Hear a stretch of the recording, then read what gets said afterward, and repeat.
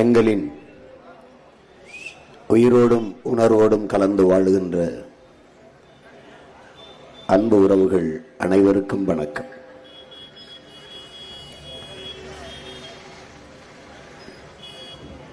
உலகத்தில் யாராலும் சுமக்க முடியாத ஒரு பெருங்கனவை நீ சுமந்து நில்,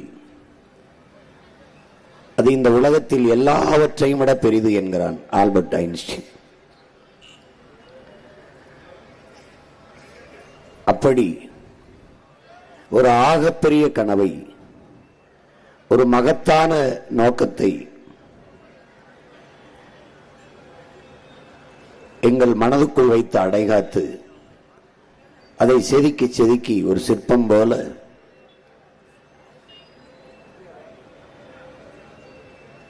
என் நாடு, என் மக்கள், அவர்களுடைய எதிர்கால நல்வாழ்வு எப்படி இருக்க வேண்டும் என்கிற ஒரு மாபெரும் கனவை, புனித கனவை பல ஆயிரம் ஆண்டுகளாக எனது முன்னவர்கள் தூக்கி சுமந்து வந்த கனவை, அறம் சார்ந்து வாழ்ந்த எம் இன முன்னோர்கள் தூக்கி சுமந்து வந்த கனவை, குடிதழி கோளோச்சும் மாநில மன்னன் அடிதழி நிற்கும் உலகு முறை செய்து காப்பாற்றும் மன்னவன் மக்களுக்கு இறையென்று வைக்கப்படும் உருவசியும் ஓவா பிணியும் செருவகையும் சேராது இயல்வது நாடு அஞ்சாமை ஈகை அறிவு ஊக்கம் இந்நான்கும் எஞ்சாமை வேந்தருக்கு அழகு துணிவிடமை தூங்காமை கல்வி இவை மூன்றும் நீங்கா நிலநாள்பவர்க்கு என்று வகுத்து வகுத்து தந்த எங்கள் முன்னவன் எம்மின மூதாதை வள்ளுவ பெருமகரானின் மறைமொழிக்கு ஏற்ப உள்ளுவதெல்லாம் உயர்வுள்ளல் மற்றது தள்ளினும் தள்ளாமை நீர்த்து என்கிறார். எண்ணுவதை மிக உயர்வாக எண்ணு என்று அவன் சொன்னதைத்தான் நம்முடைய தமிழ் அறிவியலின் அடையாளமான ஐயா அப்துல் கலாம் அவர்கள் கனவு காணுங்கள் என்றார். நீ உறங்கும் போது வருவதல்ல கனவு, உன்னை உறங்க விடாமல் செய்வது எதுவோ அதுதான் கனவு. ஒரு முறை வருவது கனவு, திரும்ப வந்தால் அது ஆசை, அதுவே திரும்ப திரும்ப வந்தால் அது லட்சியம் என்கிறார். அப்படி ஒரு ஆகச் சிறந்த லட்சியத்தை இதுவரை என் மண்ணில் நிலவுகிற இந்த அரசியலை மாற்றி ஒரு தூய அரசியலை உருவாக்கி ஒரு நல்ல ஆட்சியை மலரச் செய்ய வேண்டும். எங்கள் திருநாட்டில் எங்கள் நல்ல ஆட்சியே எங்களுடைய தாத்தா புரட்சி பாவலன் பாவேந்தன் பாரதிதாசன் பாடியது போல ஒரு ஆகச்சிறந்த ஆட்சியை இந்த மண்ணிலே உருவாக்க வேண்டும் என்கிற பெருங்கனவோடு எங்கள் பயணம் எங்கள் கால்களை நம்பியே என்ற அந்த உறுதியான நிலைப்பாட்டோடு எந்த அரசியல் கட்சியோடும் தேர்தல் உடன்பாடு செய்து கொள்ளாமல் ஒரு தலைவனுக்கு அழகு என்பது, ஒரு தலைவனுக்கு முதல் தகுதி என்பது அவன் தன் மண்ணையும் மக்களையும் முழுமையாக நேசிக்க வேண்டும், நம்ப வேண்டும். அப்படி என் மண்ணையும் மக்களையும் முழுமையாக நேசித்து நம்பி இந்த களத்திலே தொடர்ந்து தொடர்ந்து உங்கள் பிள்ளைகள் நின்று வருகிறோம். அதிலே எப்படி உங்கள் பிள்ளைகள் எங்களின் ஆட்சி இருக்கும் என்று 2016 தேர்தலிலே போட்டியிடும் போது அச்சு ஆவணமாக வெளியிட்டோம். ஒரு கெடுவாய்ப்பாக வாசிக்கிற பழக்கம், படிக்கிற பழக்கம் என் மக்களுக்கு இல்லாததால் இந்த பிள்ளைகள் என்ன சொன்னோம் என்பது தெரிய வரவே இல்லை. அதிலும் பெரும்பாலோர் ஒரு கற்பனையிலேயே சீமானும் அவன் பிள்ளைகளும் வாழ்கிறார்கள், இதுவெல்லாம் சாத்தியமில்லை என்று எள்ளி நகையாடியது, ஏசி பேசியது, விமர்சித்ததையெல்லாம் நாங்கள் அறிவோம். நாங்கள் விமர்சனங்களை கடக்க முடியாதவன் விரும்பியதை அடைய முடியாது, அவதூறுகளை தாங்க முடியாதவன் அற்ப வெற்றியை கூட தொட முடியாது என்ற தத்துவத்தை படித்த பிள்ளைகள் விமர்சனம் என்பது வெறும் சொற்கள் தான், நம்மை காயப்படுத்தும் கற்கள் இல்லை என்று கற்றுக் கொடுத்த தலைவனின் பிள்ளைகள் அதையெல்லாம் பொருள்படுத்தாது விமர்சிக்கிறவர்களுக்கு நிரூபிக்க போராடாமல் எங்களை நம்பி நிற்கிறவர்களுக்கு உண்மையாக இருக்க தொடர்ந்து போராடி கொண்டு வருகிறோம். அதிலே இது கற்பனை அல்ல, உலகில் பல்வேறு நாடுகளில் நிகழ்கிற நிஜம், நம்ம கைகளாலே நிகழ்த்தப்படக்கூடிய நிஜம்தான். புரட்சி என்பது, வரலாறு என்பதும், மாற்றம் என்பதும் ஏடுகளில் எழுதியிருக்கப்பட்ட எழுத்து மட்டுமல்ல, எளிய மக்களாலும் நிகழ்த்தப்படக்கூடிய நிஜம்தான் அந்த புரட்சி. உலகெங்கிலும் புரட்சி மன்னர்களாலும் அமைச்சர்களாலும் மந்திரிகளாலும் உருவாக்கப்பட்டதல்ல, சாதாரண மக்களால் உருவாக்கப்பட்டதான் புரட்சி. அப்படி மக்களிடமிருந்து மக்களுக்காக வந்த பிள்ளைகள். மாற்றம் என்பது சொல்லல்ல, மாறுவோம் மாற்றுவோம். இது மாற்றத்திற்கான எளிய மக்களின் புரட்சி என்ற முழக்கத்தை முன்வைத்து உங்கள் பிள்ளைகள் இந்த களத்திலே நிற்கிறோம். எப்படிப்பட்ட தேசம்? ஒரு கனவு தேசம். பசி, பஞ்சம், ஊழல், லஞ்சம், கொலை, கொள்ளை, சாதிய இழிவு, தீண்டாமை, அடக்குமுறை, ஒடுக்குமுறை, பெண்ணி அடிமைத்தனம், பாலியல் வன்கொடுமை, மதுமத போதை, வள கொள்ளை, இது ஏதுமற்ற புதிய ஒரு தேசம் செய்வோம். மக்கள் புரட்சியால் அதை உறுதி செய்வோம் என்ற உயர்ந்த லட்சிய கனவோடு உங்கள் பிள்ளைகளை இந்த களத்திலே நிற்கிறோம். காசை வைத்து அரசியல் செய்ய வந்தவர்கள் அல்ல, ஆகச் சிறந்த கருத்தை வைத்து அரசியல் செய்ய வந்தவர்கள் உங்கள் பிள்ளைகள். தலைவன் என்பவன் எப்படி இருக்க வேண்டும்? தன்னையே தண்ணீரில் கரைத்து சுவையை கூட்டும் உப்பை போல இருக்க வேண்டும். தலைவன் என்பவன் எப்படி இருக்க வேண்டும்? தன்னையே எரித்துக் கொண்டு உலகத்திற்கு வெளிச்சத்தை தருகிற மெழுகுவர்த்தி போல இருக்க வேண்டும். அப்படி இருந்த தலைவன் எங்கள் உயிர் தலைவன் மேதகுவே பிரபாகரன் அவர்கள். தலைவன் என்பவன் குறிப்புகளோடு பேசுபவன் அல்ல, குறிக்கோளோடு பேசுபவன். தலைவன் என்பவன் தாளில் இருந்து பேசுபவன் அல்ல, தன் தலையிலிருந்து பேசுகிறவன் தான் தலைவன். இந்த தேர்தல் களத்திலே எந்த ஒரு தலைவனாவது தன் தலையிலிருந்து பேசுகிறானா, குறிக்கோளோடு பேசுகிறானா என்று என் அன்பு சொந்தங்கள், அறிவார்ந்த தமிழின பிள்ளைகள் கவனிக்கணும். எல்லாம் பார்த்து படிப்பான். மக்களின் பிரச்சனையவே மனசில் இருந்து பேச தெரியாதவர்களிட்டே நீ நாட்டை கொடுத்து விட்டாய். தேர்தல் வரும்போது என்ன பிரச்சனை என்று கேட்க வருகிறார்கள். அவர்களுக்கு தெரியவில்லை, அவர்கள்தான் நமக்கு பிரச்சனை என்று. 5 ஆண்டு காலம் ஆட்சியை செய்துவிட்டு அடுத்த தேர்தல் வரும்போது என்ன பிரச்சனை என்று கேட்க வருகிறீர்கள் என்றால், எனக்கு என்ன பிரச்சனைனே தெரியாமல் தான் நீ ஆட்சி செய்து கொண்டிருந்தாயா என்ற கேள்வி நமக்கு எழ வேண்டும். ஒவ்வொரு முறையும் மக்களிடத்திலிருந்து பிரச்சனையை கேட்க வருவது, மக்களின் கனவு என்ன என்று கேட்பது. எங்களுக்கு ஒரே கனவுதான், உங்களை எல்லாம் ஒழிப்பது. அது ஒரே கனவுதான். ஊழல் லஞ்சம் ஒரு பக்கம், உண்மை நேர்மை ஒரு பக்கம், உங்கள் பிள்ளைகள் உண்மையின் நேர்மையின் பக்கம். இலவசம் ஒரு பக்கம், இலவசம் பெற வேண்டிய ஏழ்மை வறுமை நிலையில் இல்லாது என் மக்களின் வாழ்க்கை தரத்தை உயர்த்துவோம், அது ஒரு பக்கம். திராவிடம் அவர்கள், தமிழர்கள் நாங்கள், எந்த பக்கத்தில் நீங்கள் நிற்கப் போகிறீர்கள்? சாதி, மதம், சாராயம், பணம் அவர்கள் அரசியல். நீரு, வயிறு, உயிர், அறிவு, பயன், வளர்ச்சி உங்கள் பிள்ளைகள் எங்களின் அரசியல். இதில் எந்த பக்கத்தில் நீங்கள் நிற்கப் போகிறீர்கள்? எந்த பக்கத்தில்? கல்வி, கல்விக்கேற்ற வேலை, வேலைக்கேற்ற சம்பளம், அதை கொண்டு வாழ்கிற பெருமை மிக்க வாழ்வு, அதான் உங்கள் பிள்ளைகள் எங்கள் கனவு. படிக்க கல்வி, குடிக்க தூய நீர், பார்க்க சிறந்த மருத்துவம், பயணிக்க நல்ல பாதை, எரிக்க தடையற்ற மின்சாரம், படித்தவர் படிக்காதவர் அனைவருக்கும் அரசு வேலை, இனி படிக்காதவரை இல்லை என்ற நிலையை உருவாக்குவது எங்களின் அடுத்த வேலை. இப்படி ஒரு கனவோடு நிற்கிற பிள்ளைகள் நாங்கள். இதில் எந்த பக்கத்தில் இங்கு நிற்கப் போகிறீர்கள்? இதுவரை இந்த நிலத்தில் இருக்கிற பிரச்சனை கணக்கில்லாத போராட்டம், ஏழ்மை, வறுமை, ஊழல், லஞ்சம், ஆசிரியர்கள் போராட்டம், மீனவர்கள் போராட்டம், மாணவர்கள் போராட்டம், போக்குவரத்து தொழிலாளர் போராட்டம், செவிலியர்கள் போராட்டம், மருத்துவர்கள் போராட்டம், விவசாயிகள் போராட்டம், எல்லோரும், மகளிர் சுயஉதவி குழு போராட்டம். இத்தனை பிரச்சனைகளை தந்தவர்கள் ஒரு பக்கம், இந்த பிரச்சனையை தீர்க்க வேண்டும் என்று வந்தவர்கள் உங்கள் பிள்ளைகள் ஒரு பக்கம். இதில் எந்த பக்கத்தில் என் பெற்றோர்கள், பேரன்பு மிக்க எனது உறவினர்கள், என் உடன் பிறந்தார்கள் நிற்கப் போகிறீர்கள் என்பதுதான் இந்த தேர்தல். இதன் பக்கம் எதன் பக்கம்? வாக்குக்கு காசு அவர்கள், என் மக்களுக்கு ஆகச் சிறந்த வாழ்க்கை நாங்கள். எந்த பக்கம் நிற்க போகிறீர்கள்? எந்த பக்கம்? அறிவு சிறந்த பெருமக்களே, என் அன்பிற்கு நீ சொந்தங்களே, எங்கள் கனவை பேசி கடத்த முடியாது. என் மக்களுக்கு நாங்கள் என்ன சொல்கிறோம் என்பதை காட்சிப்படுத்தி காட்டியாவது எங்கள் கனவை விரித்து வைத்தால் அவர்களுக்கு புரியும், அவர்கள் எளிதில் அறிந்து கொள்வார்கள் என்பதற்காக கருத்தோடு காட்சிப்படுத்தி உங்களுக்கு ஒவ்வொரு கூட்டத்திலும் உங்கள் மகன் காட்டிக்கொண்டே வருகிறேன்.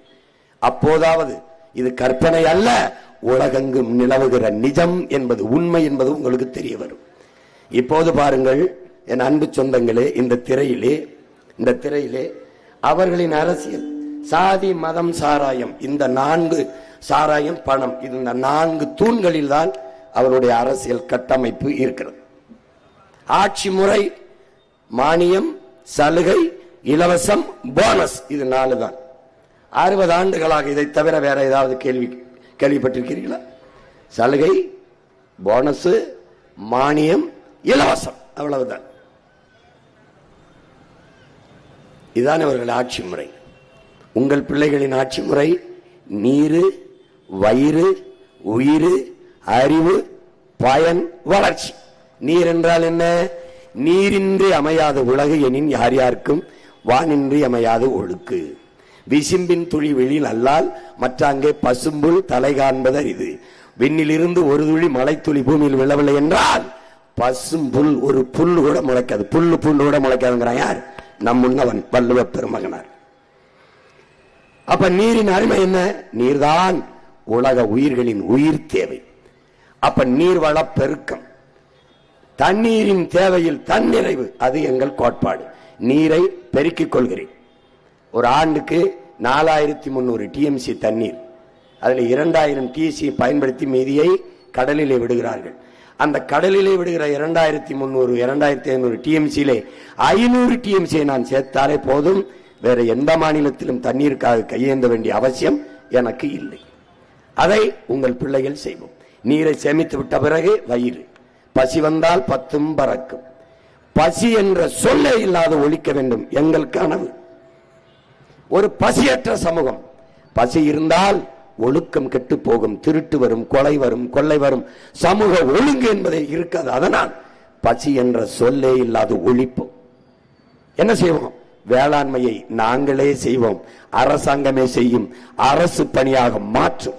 மக்கள் வாழ்விடங்களிலேயே வேளாண் பண்ணைகளை உருவாக்கும். ஆத்தூரா, சேலம் ஆத்தூரா மண்ணை ஆய்வு செய்வேன். என்ன வரும்? கரும்பு. போடா கரும்பு. 2000-3000 ஏக்கர்ல தொழிற்சாலை. என்ன வரும்? மரவள்ளி கிழங்கு. போடா தொழிற்சாலை, இண்டஸ்ட்ரி, அங்கே வேலை. வாழ்விடத்திலேயே வேலை என் மக்களுக்கு, அரசு வேலை. தக்காளி வரும், தக்காளியிலிருந்து ஜாம், ஊறுகாய் தயாரிக்கிற தக்காளி உணவு தேவைக்கு அரசு. கத்தரிக்காய், வெண்டைக்காய், எல்லாத்தையும் அரசு விளை வைக்கும். கரும்பா, கரும்பு விளைதா, கரும்புல இருந்து போடுறா. வாழை விளைதா, வாழையிலிருந்து போடுறா. தென்னை இருக்கா, தென்னையிலிருந்து தொழிற்சாலை. எப்படி தென்னையிலிருந்து, பனையிலிருந்து, இந்த வேளாண் நிலத்திலிருந்து வேளாண்மையை முன்னிறுத்தி தற்சார்பு, பசுமை, தாய்மை பொருளாதாரத்தில் உங்கள் மகன் உலகத்தின் தலை சிறந்த நாடாக இந்த நாட்டை மாற்றி படைக்கிறேன். அந்த கனவை உங்கள் கண்முன்னே விரிக்கிறேன். எந்தெந்த நாடும், உலகில் பல்வேறு நாடுகள் ஒவ்வொரு வளத்தை வச்சு ஆகச் சிறப்பாக வாழும் போது எல்லா வளமும் இருக்கிறது. மலை வளம், கடல் வளம், காட்டு வளம், மண் வளம், நிலவளம், நீர்வளம், மனித வளம், எல்லா வளமும் இருந்து என் நாடு வறுமையில் இருக்கிறது, இலவசத்துக்கு ஏந்துகிறது கையை என்றால் எவ்வளவு கொடுமையான நிலை. இதை மாற்றுவோம். ஆடு மாடு வளர்த்தல், பட்டுப்பூச்சி வளர்த்தல், நெசவு செய்தல், பானை செய்தல், மண்பாண்டங்கள் செய்தல், தேனீக்கள் வளர்த்தல், வாத்து வளர்த்தல், பன்னி வளர்த்தல், கழுதை வளர்த்தல், எல்லாம் அரசு பணி. நீ என்ன கழுதை மேய்க்க சொல்ல நினைக்கிற? 1 லிட்டர் கழுதை பால் 5000 ரூபாய். உலகத்திலே ஆகச் சிறந்த பாலாடை கட்டி, கழுதை பாலிலே விலை உயர்ந்த பாலாடை கட்டி. நேற்று போட்டு காட்டினேன் பாபிரெட்டி பெட்டியில, வளையொலியில் இருக்கு, தட்டி வேணப்பார். ஏன்னா 35 கூட்டம் தான் இருக்கு. என் கனவு ரொம்ப பெருசு. ஒவ்வொரு கூட்டத்திலையும் ஒண்ணு சொல்லிட்டு போறேன். உனக்கு தான் கையில வச்சிருக்கிய ஒரு டிவி வச்சிருக்க, கையில உள்ளங்கையில ஊடகம் வச்சிருக்க, தட்டி பார். சீமான் ஸ்பீச் லேட்டஸ்ட் போடுறா, வரும்டா, பாருடா பாருடா. இந்த மாதிரி உனக்கு ஒரு அண்ணன், உனக்கு ஒரு தம்பி, உனக்கு ஒரு மாமா, உனக்கு ஒரு மச்சான், உனக்கு ஒரு மகன் இனி எந்த காலத்திலையும் பிறக்க மாட்டான். ஏன்? என்னை இந்த நிலத்தில் பிரசவித்தவன். நான் வீழ்ந்தாலும் சரி, என் இனம் எழுந்தால் போதும். நான் செத்தாலும் சரி, என் இனம் வாழ்ந்தால் போதும் என்று நின்ற உலகத்தின் ஆகப்பெரிய புரட்சியாளன் பிரபாகரன் என்ற மாவீரன் என்னை பிரசவித்தவன். சமரசம் இல்லாமல் சண்டை செய்வேன். உங்கள் மகன் எத்தனாயிரம் கோடி தருவேன் சொன்னாலும், எவ்வளவு பதவி தருவேன் சொன்னாலும் சரணடையாமல் என் மக்களுக்காக, என் மண்ணுக்காக, என் மண்ணின் வளத்தையும் மக்களின் நலத்தையும் யாரு கெடுத்தாலும் நாங்கள் தடுப்போம், போராடுவோம். அந்த உயர்ந்த கனவோடு களத்தில் நிற்கிற பிள்ளைகள், எங்களை கவனியுங்கள். எல்லாரும் பேசுகிறதையும் கவனியுங்கள், நாங்கள் பேசுகிறதையும் கவனியுங்கள். தாளில் எழுதி வைத்து 10,000 குடும்ப தலைவிக்கு 5,000 போட்டோம், 2,000 தந்தோம், மறுபடி தருவோம், அப்புறம் மிக்சி தருவோம், கிரைண்டர் தருவோம், அப்புறம் ஃப்ரிட்ஜ் தருவோம். கிரைண்டர் மிக்சியில எதை போட்டாரப்ப?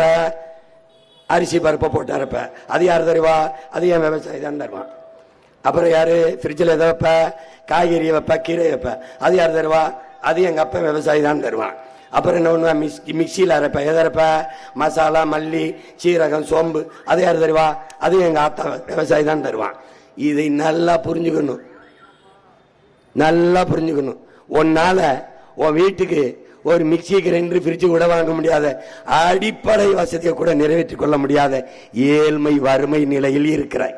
நான் என்ன செய்யறேன்? தகர்க்கிறேன் இந்த நிலைமையை. ஒரு தன்மானத்தோடு தலைமிழ்ந்து வாட தற்சார்பு வாழ்க்கை உனக்கு தந்துடுறேன். எப்படி?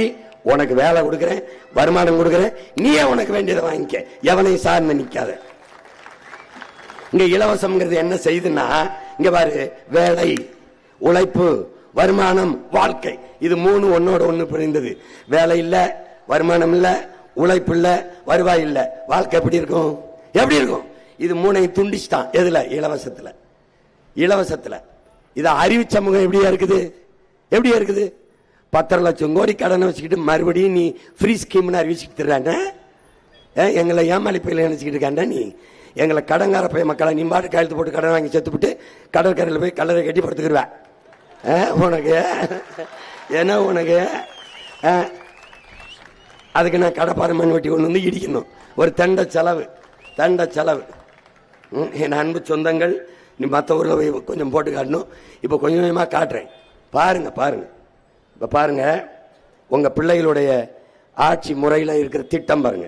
முதல்ல நீரை பெருக்கணும், வயிறு, உயிர், அறிவு, பயன், வளர்ச்சி. அது எப்படின்னு விளக்கிறேன் பாருங்க.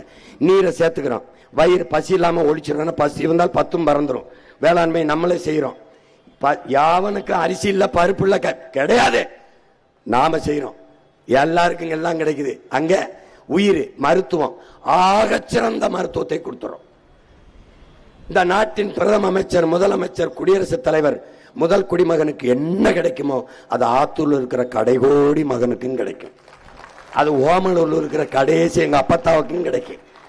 புரியுதா? அது மேட்டூர்ல இருக்கிற கடைசி என் பாட்டி, பாட்டன், என் தாத்தன், என் சித்தப்பன், பெரியப்பன், யாருக்கு ஏழை, பணக்காரன், உயர்ந்தவன், தாழ்ந்தவன் தமிழ் தேசிய அரசில் இல்ல. எல்லாரும் ஒண்ணு, எல்லாருக்கும் இந்த மருத்துவம், சரியான மருத்துவம். ஏன் முதலமைச்சருக்கு முடியலனாலும் அரசு மருத்துவமனையில் தான் படுப்பாப்ல. சட்டம் போட்டுருவேன். மருத்துவம், ஆகச்சிறந்த மருத்துவம், கட்டணம் இல்லாத மருத்துவம், காசு கிடையாது. நீர், குடிநீர் 1 ரூபாய் இல்லாம சிறந்த குடிநீரை, தூய குடிநீரை கொண்டு அந்த வாசல்ல ஊத்திடுவேன். அடுத்து வேளாண்மை நானே செஞ்சிடறேன், பசி கிடையாது. அப்புறம் சொல்லு, அறிவு, கல்வி. கல்வி மானுட உரிமை, கொடுக்க வேண்டியது அரசின் கடமை, கொடுத்துறேன். ஆரம்ப கல்வியிலிருந்து ஆராய்ச்சி கல்வி வரை 5 பைசா கட்டணம் இல்லாம ஆகச்சிறந்த கல்வியை கொடுத்த உலகத்தரத்துக்கு. உலகத்தரத்துக்கு உலகத்தர இது பின்லாந்துல தான் ஒன்னா இருக்கான், 2வது தென்கொரியா இருக்கான், 3வது சிங்கப்பூர் இருக்கான், 4வது ஜப்பான், கனடா, ஜெர்மன், இவங்க எல்லாம் இருக்காங்க. எல்லாரையும் தாண்டி பிரபாகரன் மகன் முதல் தரத்து கல்வியை தூக்குறேன். கற்பித்தல் முறை, கட்டட அமைப்பு, கல்வி முறை எல்லாத்தையும் மாத்துறேன். எல்லாத்தையும் மாத்துறேன். எப்படி மாத்துறேன்னு போட்டு காட்டுவேன், கவலைப்படாத. அடுத்து பயன், அறிவு கொடுத்தாச்சு. பயன், பயன் அப்படி நிலமும் வளமும் சார்ந்த தொழிற்சாலைகள், வேலை வாய்ப்பு, வளர்ச்சி. என்ன தொழிற்சாலை போடுவ நீ? எருக்களஞ்செடி பார்த்திருக்கியா? எருக்களஞ்செடி சுடுகாட்டில் முளைச்சு வச்சிருப்ப. எருக்களஞ்செடியிலிருந்து எடுக்கிற நூல் உலகத்தில் அதிக விலை. அதுல செய்யற பட்டு அவ்வளவு விலை உயர்ந்த பட்டு. உனக்கு ஒன்னும் புரியல. மூங்கிலில் ஒன்னே போட்டு காட்டுவேன் பாரு, திணறிவாணி. எங்க பொருளாதாரம் இருக்குன்னு தெரியாம இந்த சனியம் பிடிச்ச நாட்டை கொடுத்து சாராய பொருளாதாரத்தில் வச்சு ஆத்தாள் அப்பனை சாகடிச்சு ஆத்தாவு தாலி எடுத்துக்கிட்டு இருக்கான். நீ தாலி எடுத்த பயில்கிட்டே ஓட்ட போட்டு தாலிக்கு தங்கம் தரான், அப்புறம் குடிக்க வச்சு தாலி அறுப்பான். பயன் வேலை கொடுத்துறேன், அனைவருக்கும் அரசு வேலை கொடுக்கிறேன், விரும்பியவனெல்லாம் செய்யலாம். ஆட்டு பண்ணை, மாட்டு பண்ணை, கோழி பண்ணை, வாத்து பண்ணை, தேன் பெட்டி பண்ணை, பட்டுப்பூச்சி வளர்க்கல், நெசவு செய்தல், எல்லா தொழிற்சாலையிலும் வேலை. நீ தப்பிக்க முடியாது. நீ என்ன வீட்டு வாசல் அரசாங்க வேலை வச்சிருக்க, உனக்கு என்ன பிரச்சனை? கல்வியை நான் கொடுத்துட்டேன், மருத்துவ வைத்தியத்தை நான் பார்த்துட்டேன், நீரை நான் தந்துட்டேன், தடையில்லாத மின்சாரம் குறைந்த தந்துட்டேன், எரிகாற்று கொடுத்துட்டேன், சிலிண்டர். ஏன் சிலிண்டர் இப்படி கொடுப்பேன்? ஆடு மாட்டு சாணி, இந்த கோழி கழிவு, இந்த மக்கிய இலைதலை கழிவில் இருந்து எவ்வளவு வேணாலும் பயோகேஸ் தயாரிக்கலாம். நேற்று போட்டு காட்டினேன், மறுபடியும் இன்னொரு நாள் போட்டு காட்டுறேன். இருக்கு வலையொலியில தயாரிச்சு நானே வச்சிருப்பேன். தமிழ்நாடு அரசு சிலிண்டர் இலவசமா தரமாட்டேன், ஓசியா ஒன்னும் தரமாட்டேன். எதை தருவேன்? கல்வி தருவேன், மருத்துவம் தருவேன், குடிநீர் தருவேன். எந்த அளவுக்கு? தனியார் முதலாளிகளை தாண்டி ஆக சிறந்த கல்வி மருத்துவத்தை தருவேன். தனியார் பள்ளிக்கூடத்திற்கு கல்லூரிக்கு போக வேண்டும் என்ற அவசியம் இல்லாது உலகத்தரத்திற்கு அரசு பள்ளி. கவர்மெண்டா? யார் கவர்மெண்ட்? பிரபாகரன் மகன் கவர்மெண்டா? நேர்மையின் நேர் வடிவம்டா. வார்த்தையில் உண்மை, வாழ்க்கையில் நேர்மை என்று வாழ்ந்த மகனினுடைய பிள்ளைகள் நாங்க. ஒன்னு பிசகாது. இந்த ஊழல் செஞ்சான், லஞ்சம் வாங்கினான், கொலை பண்ணான், கற்பழிச்சான், எத்தனை தொற்ற சொல்ல பொண்ணை பாப்போம். நான் வந்து உட்கார்ந்துடுறேன், தொற்ற சொல்ல பார்ப்போம். வந்தவன சாராய கடையை மூடுறேன். டாஸ்மார்க் பொருளாதாரம் எனக்கு வேண்டாம். சாராயம் வித்து வர்ற காசு வேண்டாம். பால் 3 லட்சம் கோடி பால், 50,000 கோடி சாராயம். இது உயிரை எடுக்க, அந்த உயிரை கொடுக்கும். சாராயத்தை மூடுறேன், பால் பொருளாதாரத்துக்கு போறேன். அடுத்து பயன், கல்வி கொடுத்துட்டேன், அப்புறம் வேலை வாய்ப்பு கொடுத்துட்டேன், வளர்ச்சி. எப்படி வளர்ச்சி? உலகத்தில் தலை சிறந்த நாடாக வளர்ச்சி. இப்ப ஒன்னா பார்ப்போம். நீர் வளத்தை பார்ப்போம். நீர் அத சொல்றாரு, நீர் இன்றியமையாத உலகை யார் யாருக்கும் அன்றியமையாத உலகு நமது மூதாதை வள்ளுவ பெருமகனார். மழை இல்லை என்றால் மண்ணில் மழை இல்லை. அதே சொல்றா, இந்த மலையை வெற்றதை நீ வேடிக்கை பார்த்து போற, அது இல்லைன்னா உன் நிலம் பாலைவனம் ஆயிரும். மழை இல்லை என்றால் மழை இல்லை. அதனாலதான் அந்த மலையை வெட்டாதரான்னு உன் மயம் கத்திக்கிட்டே இருக்கேன். என் தாயின் மாறுடா, மாற அறுத்து ரத்தம் குடிக்காதேடா டே டே என்று கத்துறது காரணம் அதுதான். நீ பாட்டுக்கு சாலையில போயிட்டு இருக்க, நான் ஒருத்தன் கதறிக்கிட்டு இருக்கேன் பாரு.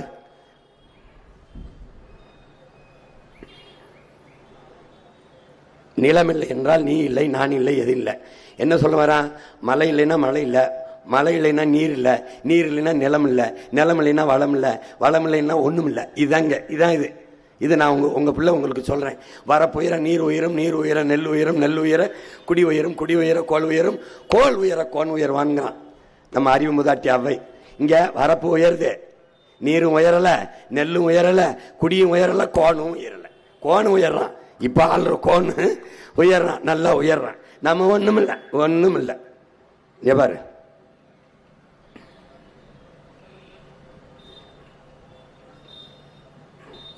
இதுல என்ன சொல்றான் மோசிக்கிறனார்? நெல்லும் உயிரென்று, நீரும் உயிரென்று, மன்னன் உயிர்த்தே மலர்தலை உலகம்ங்கிறான். என்ன சொல்றான்? நெல் உயிர் தான், நீரும் உயிர் தான். ஆனால்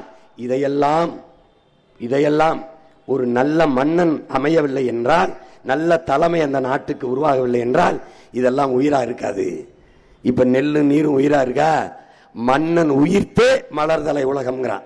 மன்னன் சரியாக இருந்தால் தாண்டா இது உயிரா இருக்கும். நெல்லும் உயிரென்றே, நீரும் உயிரென்றே, மன்னன் உயிர்த்தே மலர்தலை உலகம். இது பயனற்று போயிரும்ங்கிறான்.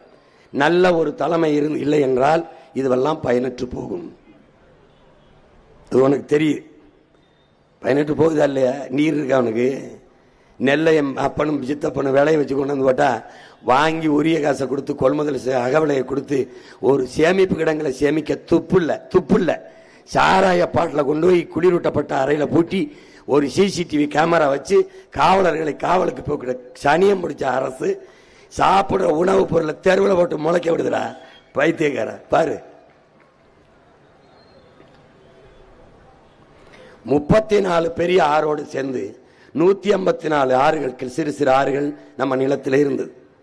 இப்ப இந்த 34 ஆறு இருக்கான்னு அறிவார்ந்த என் பெற்றோர்கள் என் தம்பி தங்கைகள் சிந்திக்கணும். ஆறு இல்லைன்னா என்ன நினைப்பேன்? ஆறு இல்லைன்னா நீர் எது, நீர் இல்லைன்னா சோறு எது, சோறு இல்லைன்னா வயிறு எது, வயிறு இல்லைன்னா உயிர் எது, உயிர் இல்லைன்னா வாழ்க்கை எது? இந்த சுழற்சி உயிரியல் சுழற்சின்னு அறிஞ்சுக்கணும்.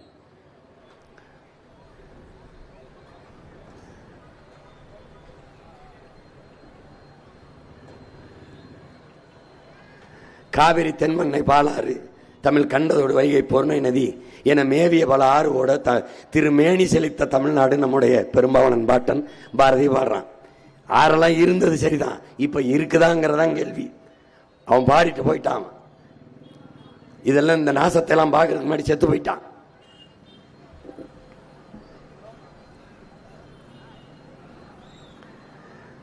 இப்ப என்னன்னா நமக்கு ஆற்றிலிருந்து இதெல்லாம் ஆற்றிலிருந்து ஏரி கண்மாய் கரணை தாங்கல் ஏந்தல் ஊரணி குளம் குட்டை என்று வெட்டி நீங்க ஆற நம்ம உருவாக்கல, அது உருவாக்குறது அருவி. அது மலைமுகடுகள் இருந்து மலை மார்பிலிருந்து அருவிப்பால் வந்தது, அதிலிருந்து ஆறு வந்தது, ஆறிலிருந்து தான் மற்றது நம்ம ஏரி குளம் குட்டை கண்மாய் தாங்கல் ஏந்தல் கரணை இதெல்லாம் நம்ம வெட்டிக்கிட்டோம், குளமெல்லாம் நம்ம வெட்டிக்கிட்டோம். அப்படி வெட்டி நம்ம முன்னோர்கள் எப்படி பண்டை தமிழர் நம்ம முன்னோர்கள் எப்படி நீர் மேலாண்மையை கையாண்டிருக்கான்னு பாருங்க.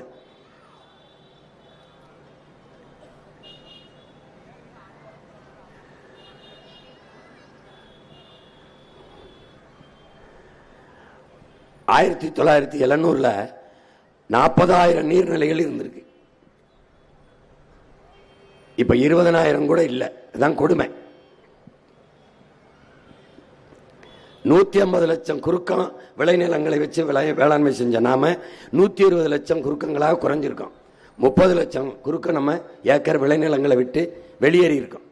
வடகிழக்கு பருவமழை தென்மேற்கு பருவமழை என்று 2 பருவமழைகள் பெய்து இந்த நிலத்தை செழிக்க வச்சது. அதை நான் முதல்ல சொன்ன ஆண்டுக்கு 4300 டிஎம்சி.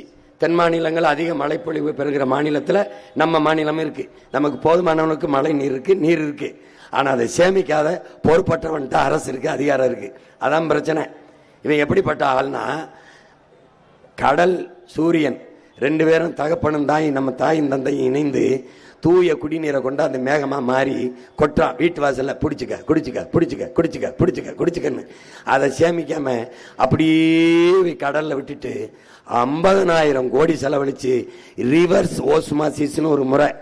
அந்த முறைக்கு சொந்தக்காரன், அதுக்கு பேட்டன் ரைட்ஸ் வச்சிருக்கேன், உரியவன் அமெரிக்கான். ஒரு மடக்கு நீ போத்தல் இப்படி அண்ணா குடிக்கிறல, அந்த ஒவ்வொரு மடக்குக்கு அமெரிக்காவுக்கு காசு கொடுக்குறேன். அந்த ரிவர்ஸ் ஓஸ்மாசிஸ்ங்கிற முறையில் சுத்திகரித்து இவன் கொடுக்குறான். 50,000 கோடி முதலீடு செய்து கடல் நீரை சுத்திகரித்து தாரேங்கிறான். நான் ஓ மகன் அதெல்லாம் வேணாம், 50,000 கோடிக்கு கணக்கில்லாத ஏரி கண்மாய் கோலம் குட்டை தாங்கல் ஏந்தல் இந்த மாதிரி வெட்டி நீரை தேக்கி தூய குடிநீரை உனக்கு தந்துடுறேன். பாத்துக்க.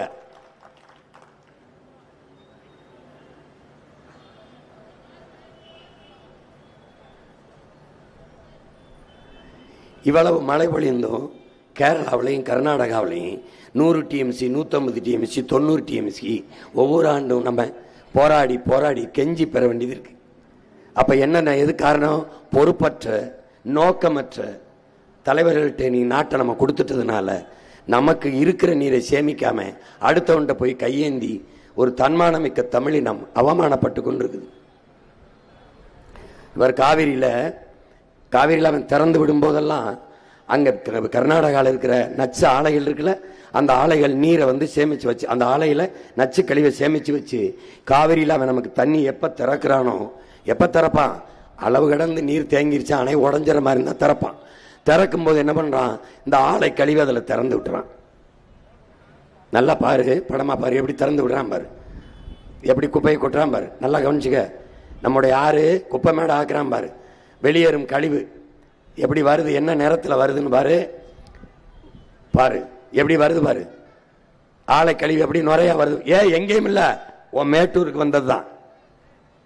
நீங்க கவனிக்கல, நான் கவனிப்பல. நான் ஒரு நாளைக்கு எத்தனை மணி நேரம் தூங்குவேன் நினைக்கிறேன்? அதிகபட்சம் 3, இல்லைன்னா 2. ஏன் தூங்குறது இல்ல? என் இனம் தூங்கிருச்சு, நான் முடிச்சுக்கிட்டு இருக்க வேண்டியது இருக்கு. அண்ணல் அம்பேத்கர்கிட்ட போயிட்டு காந்தி தூங்கிட்டாரு, நேரு தூங்கிட்டாரு, எல்லாரும் தூங்கிட்டாங்க, நீங்க ஏன் அம்பேத்கர் இன்னும் தூங்காம இருக்கீங்கன்னு. அவங்க மக்கள் எல்லாம் முழிச்சுக்கிட்டாங்க, அவங்க நிம்மதியா தூங்குறாங்க. என் மக்கள் தூங்கிட்டு இருக்காங்க, அவங்களுக்காக நான் முழிச்சுக்கிட்டு இருக்கேன் அப்படின்னு. புரியுதா? அவர் நிலைமைதான் எனக்கு. நொய்யலாற்ற பாரு, நொய்யலாற்றுல போகுது எப்படி, சாய கழிவு ஆலை கழிவு பாரு. அமைச்சர்கிட்ட கேட்கிறாங்க, என்னங்க இப்ப நுரன்னு, மக்கள் போட்டு குளிச்ச சோப்பு நுரங்கன்றான். ஏய், ரொம்ப புத்திசாலியான அமைச்சர்கள், அறிவு சிறந்தவர்கள் பாரு. இது எதுக்கு அண்ணன் காட்டுறேன், இவர் ஆறு எப்படி இருக்கு பாரு. இந்த ஆறு, இந்த தண்ணீர் ஆறெங்கும் ஓடுது. ஓடும்போது விஷம் ஓடுது, நஞ்சு ஓடுது, காட்டு விலங்குகள் குடிக்குது, பறவை குடிக்குது, நிலத்துக்குள்ள இந்த நீரே இறங்குது, இந்த விஷமே இறங்குது. இந்த நீரை பாய்ச்சி நெல்லு, அரிசி, நெல்லு, சோளம், கம்பு, வாழை, தென்னை எல்லாம் விளையுது. என்னவா விளையும்? என்னவா விளையும்? நச்சு நீரை வேர்ல ஊத்தினா நச்சு தான் விளையும். இத அண்ணனை தவிர யாரும் உனக்கு சொல்லித்தர மாட்டான். ஏன்னா நான் தான் உன்னை பேரன்பு கொண்டு காதலிக்கிறேன். மத்தவெல்லாம் இவரு, மத்தவெல்லாம் உனக்கு அதை தாரேன், கார் தாரேன், மோட்டர் பைக் தாரேன், உருண்டை சில்லி தாரு, சிலிண்டர். நான் ஏமாத்த வரல, இந்த கேவலத்தை எல்லாம் மாத்தணும் வந்திருக்கேன். பாரு, உன் ஆற ஒரு தடவை பாரு, உன் ஆற பாரு, பாரு ஆற பாரு. பூமி தாயின் ரத்த நரம்ப பாரு எப்படி இருக்கு பாரு. இப்ப என்ன பண்றேன், இந்த ஆற பூரா உயிர்ப்பிச்சிடறேன். ஒரு சொட்டு கழிவு நீரோ சாய நீரோ உள்ள போகாது. ஏன் உட்கார்ந்துருக்க யாரு பதவியில, உனக்கு தெரியும் எப்படிப்பட்ட ஆள்னு. இப்ப இந்த கழிவு நீரெல்லாம் வெளியேற்ற 2 கரையிலையும் பெரும் குழாய்களை வச்சிடறேன். இந்த கழிவை கொண்டு இந்த குழாயில வச்சு வெளியே எடுத்துக்கிட்டு போயிடுறேன். ஒரு சொட்டு கழிவை என் ஆறுல எப்படி சுத்தமா வச்சிருக்கேன் பாரு. ஏன்னா சொன்னா செய்வேன், நீ நம்பு பாரு. ஆறெல்லாம் புதுப்பிச்சு உயிர்ப்பிச்சுக்கிறேன். நீரை தேக்கிறதுக்கு 15 கிலோமீட்டருக்கு ஒரு தடுப்பணையை கட்டிக்கிறேன். பாலாறுல 33 கிலோமீட்டர், ஆந்திராவில் 133 கிலோமீட்டர் நமக்கு ஓடுது. ஆந்திராவில் சந்திரபாபு நாயுடு 15 கிலோமீட்டருக்கு ஒன்று கட்டினாலே போதும். ஆனால் 5 கிலோமீட்டருக்கு ஒன்று, 5 கிலோமீட்டருக்கு ஒன்றா 2 கிலோமீட்டருக்கு ஒன்று ஒன்றா கட்டி 33 கிலோமீட்டர்ல 15-20க்கும் மேற்பட்ட தடுப்பணைகளை கட்டிட்டாரு. நமக்கு 133 கிலோமீட்டர் ஓடுது, ஒரு தடுப்பணையும் இல்லை. தலைவனுக்கு பல துணை இருக்கு, ஒரு அணையும் இல்லை. பாத்துக்க, துணையை கட்டினா ஒரு அணையும் கட்டல, ஒரு துணையும் கட்டல. நம்ம தாத்தா காமராஜ் பல அணையை கட்டினா. பாத்துக்க, இப்ப என்ன பண்ற, ராசி மணல்ங்கிற இடத்துல நம்ம ஒரு பெரிய நீர்த்தேக்கத்தை உருவாக்குறோம், அணையை கட்டுறோம். அங்க தண்ணி வீணா போய் கலக்குது.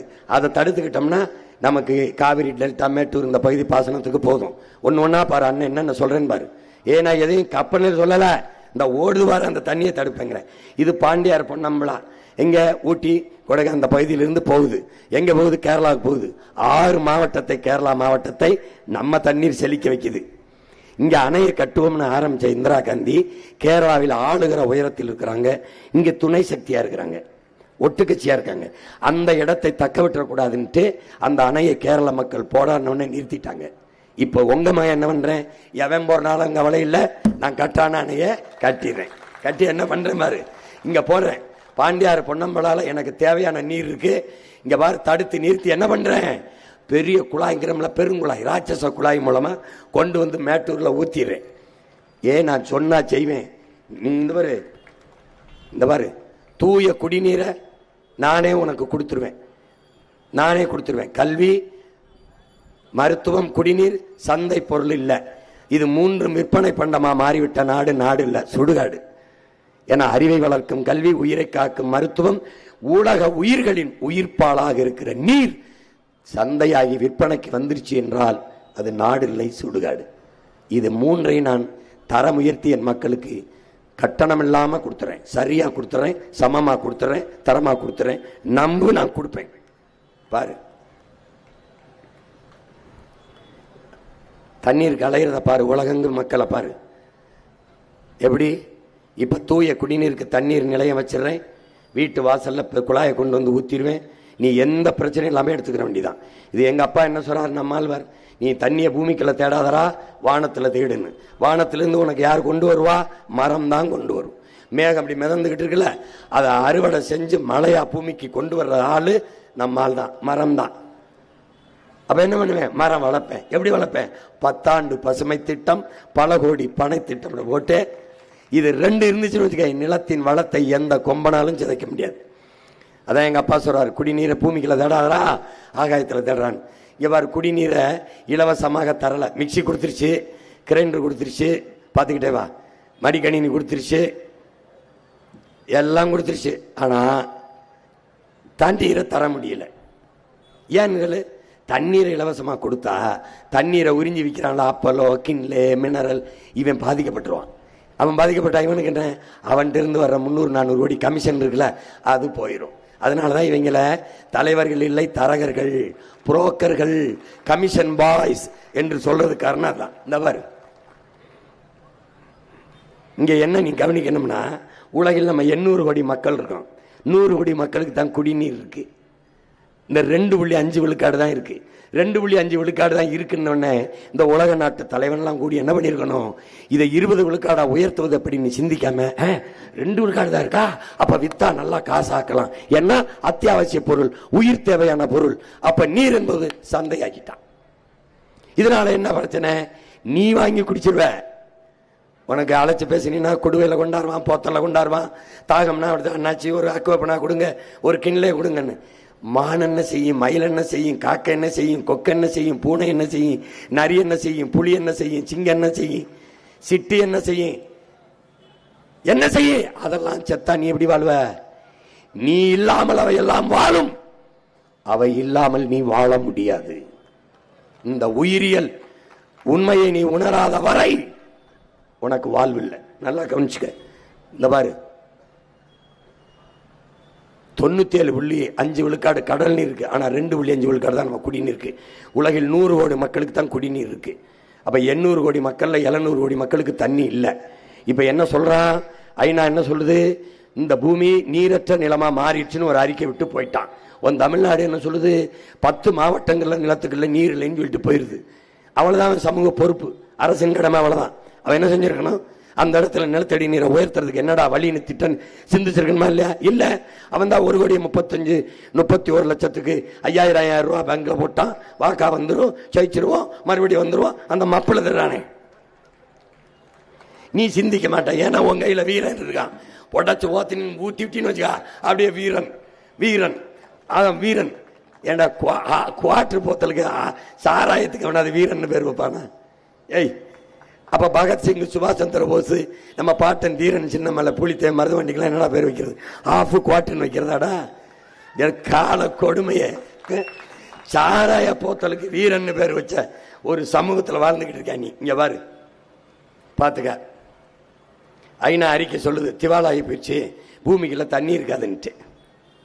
எப்படி உன் பிள்ளை வந்து கணக்கில்லாத நீர்த்தேக்கங்கள், நீ விண்வெளியில பறந்து போகும்போது குனிஞ்சு பார்த்தீங்கன்னு வச்சுக்க, உன் தேகத்துல எப்படி தேமல் திட்டு இருக்குமோ அப்படி என் தேசத்துல நீர் தேமல் திட்டு எங்க பார்த்தாலும், கண்மா, ஏரி, குளம், குட்டை, தாங்கல், ஏந்தல், எண்ணப்பட்ட ஊரணி, ஏகப்பட்ட நீர்த்தேக்கங்களை வெட்டி உருவாக்கிடுவேன்.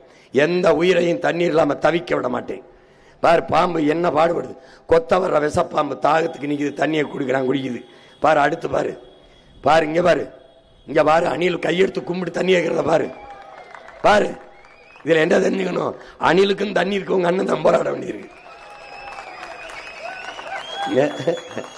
அணிலுக்கு போராட்டம்னா என்னன்னு தெரியாது, அண்ணனுக்கு தான் தெரியும். அணிலுக்கு பாரு, இது 2 தான் காட்டுறேன், 2 தான் காட்டுறேன். தண்ணீர்னு ஒன்று வருது, அதுல நிறைய காட்டுவேன். எவ்வளவு பெரிய பாவத்தை இந்த மானுட பதர்கள் செய்து கொண்டிருக்குன்னு, உலக உயிர்களுக்கு செய்கிற பச்சை துரோகம். துரோகம். 400 அடிக்கு கீழே போய் குழாய் போட்டு உறிஞ்சிரியே, இந்த வேப்ப மரம் 400 அடிக்கு கீழே வேற விடுமா? சிந்திக்க வேண்டாமா? சிந்திச்சிருந்தா நீ உதயசூரிய ரெட்டலைக்கு போடுவியா? போட்டு எங்களை தூக்கி ரோட்ல போடுவியா? பாரு, தண்ணி இல்லாம இந்த உயிரினங்கள் அலையிறத பாரு. குரங்க பாரு, மாட பாரு.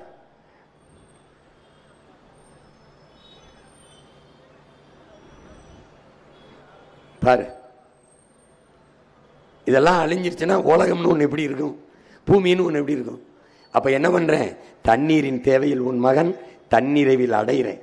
நானே எனக்கு வேண்டிய நீரை தேக்கி நீர் பற்றாக்குறை என்கிற சொல் இல்லாது ஒழிக்கிறேன். எவனுக்கிட்டே நான் வந்து உட்கார்ந்தவன கன்னடர்களுக்கு, கேரளாவில் இருக்கிற தலைவர்களுக்கு சொல்லுவேன், நீங்க எனக்கு தண்ணி தர வேண்டாம். அது மாதிரி என்கிட்ட இருந்து எதுவும் உங்களுக்கு வர வேண்டாம். எது வர வேண்டாம்? நரிமணம் பெட்ரோல், நெய்வேலி பழுப்பு நிலக்கரி மின்சாரம். நீ என்ன இங்குவிரு? நீ இவங்களை பார்த்து அரசியல் செய்ய வந்தவன்ல. ஐயா கருணாநிதி, ஐயா எம்ஜிஆர், அம்மா ஜெயலலிதா எப்படிப்பட்ட வீரன் தெரியுமில்ல?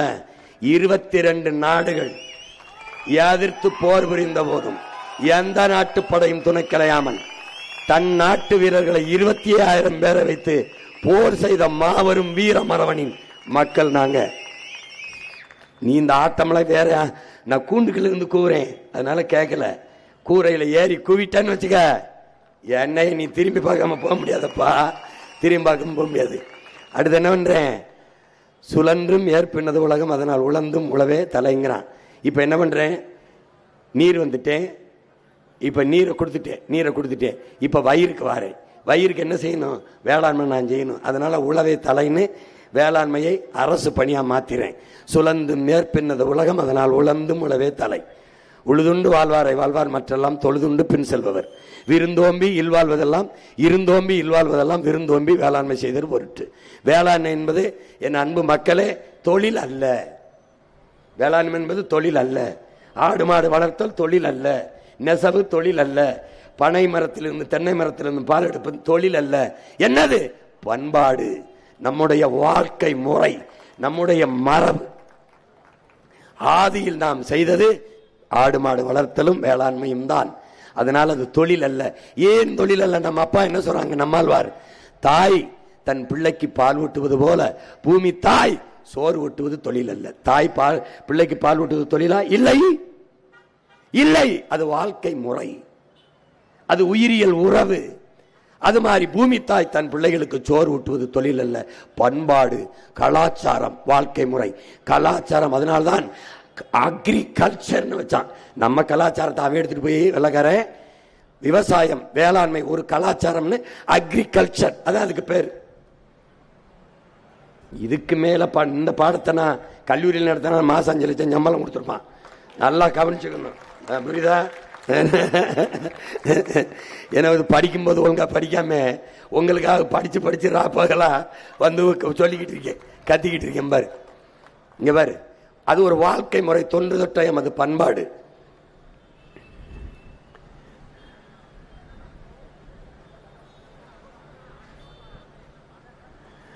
அப்ப உலக உயிர்களின் உயிர் தேவை என்பது உணவு தேவையா இருக்கு, நீர் தேவையா இருக்கு.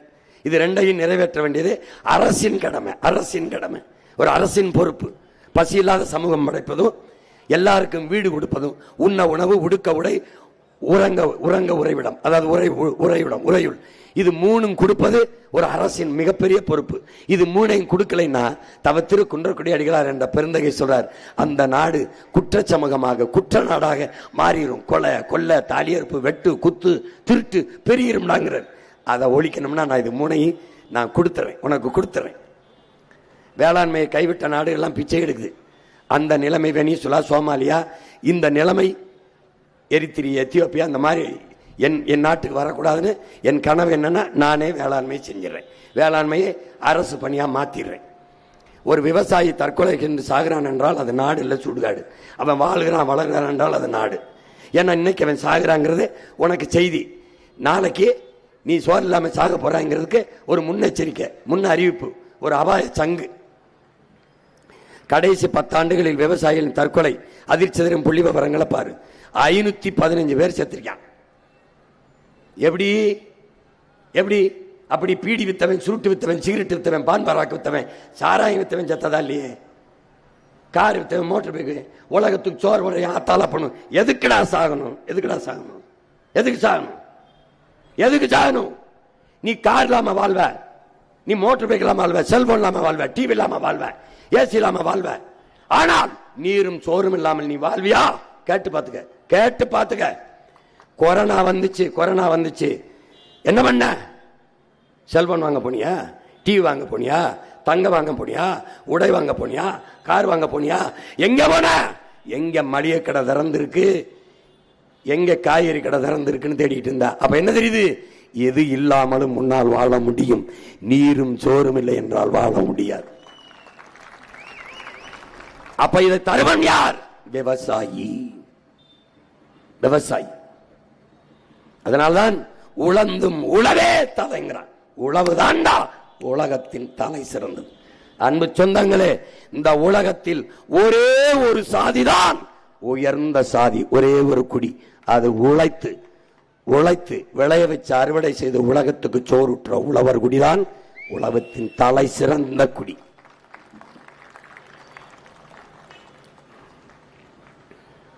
இப்ப என்ன சொல்லுது? கடைசி மீனும் பிடிபட்ட பிறகு, கடைசி மரமும் வெட்டப்பட்ட பிறகு, கடைசி நதியும் நஞ்சான பிறகுதான் இவர்களுக்கு தெரியும் பணத்தை சாப்பிட முடியாது என்று. இது ஒரு கவிஞன் எழுதின கவிதை, அதை போட்டிருக்கேன். எல்லாம் நஞ்சான பிறகுதான் தெரியும் பணத்தை சாப்பிட முடியாது.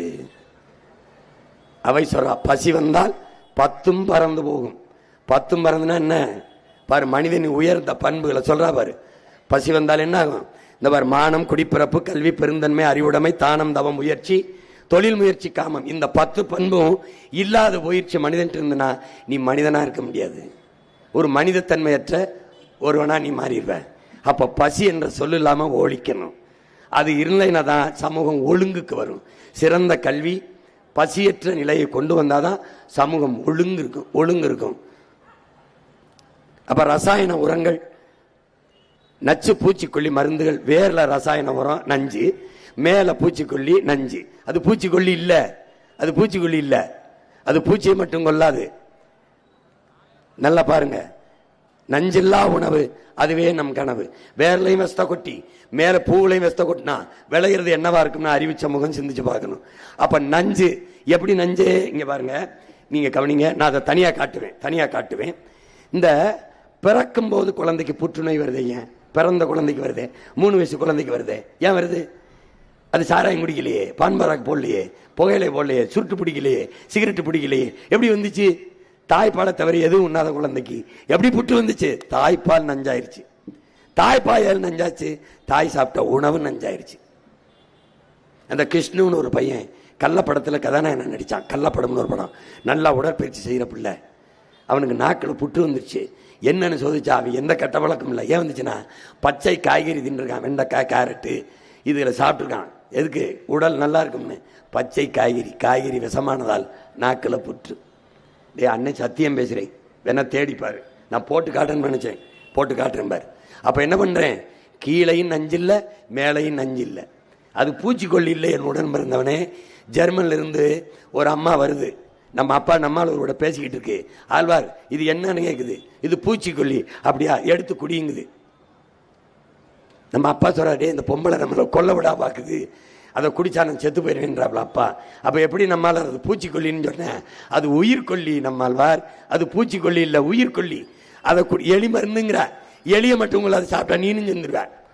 பூச்சிக்கொல்லிங்கிற, நீ சாப்பிட்டா நீ செத்துற. அப்படின்னா அது பூச்சிக்கொல்லி இல்ல, எலிக்கொல்லி இல்ல, உயிர்கொல்லி. இங்க பாரு. அப்ப கொடிய நஞ்சை நீ என்ன செய்யற? வேர்ல கொட்டுற. கொடிய நஞ்சை பூவுல கொட்டுற. இது ரெண்டையும் இல்லாம ஒழிச்சிடறேன். இயற்கை வேளாண் முறைக்கு வந்துடுறேன். வேளாண்மைக்கு வர என்ன பண்ணுவேன்? நான் தான் ஆடு மாடு வச்சிருக்கேன், கோழி வச்சிருக்கேன், கழுத பண்ணை வச்சிருக்கேன், பன்னி வச்சிருக்கேன். இந்த எருக்கள், மக்கிய இலைதலை கழிவு, இந்த குப்பை கிடங்கு வச்சிருக்கேன். அதுல இருந்து தான் பயாக்கஸ் எடுக்கிறேன். கீழே மடிகிற அந்த மண்ணை எடுத்துட்டு போய் என் நிலமெல்லாம் கொட்டி ஒரு சொட்டு ரசாயன உரம் இல்லாது நஞ்சில்லாத உணவை ஆர்கானிக் ஃபுட்டுங்கிறிய, இயற்கை வேளாண்மைங்கிறிய, அதை செஞ்சிடறேன். நீ வந்தாவா வரலைன்னா போ, நான் செய்கிறேன். இந்த வேளாண்மையை முன்னிறுத்துற நிலையான பொருளாதாரம், அங்கதான் நிலையான பொருளாதாரம். ஏன்னா எப்பவுமே உணவுப் பொருளுக்கான தேவை இருந்துகிட்டே இருக்கும்.